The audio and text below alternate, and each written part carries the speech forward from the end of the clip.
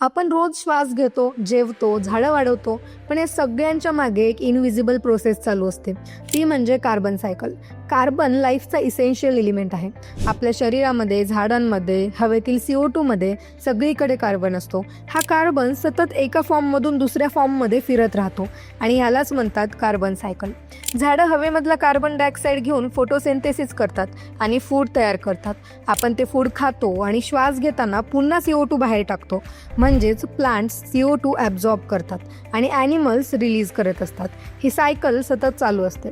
जेव्हा झाडं किंवा प्राणी मरतात तेव्हा त्यांचं शरीर जमिनीत डिकम्पोज होतं आणि कार्बन सॉईलमध्ये किंवा फॉसिल फ्युल्समध्ये साठवला जातो.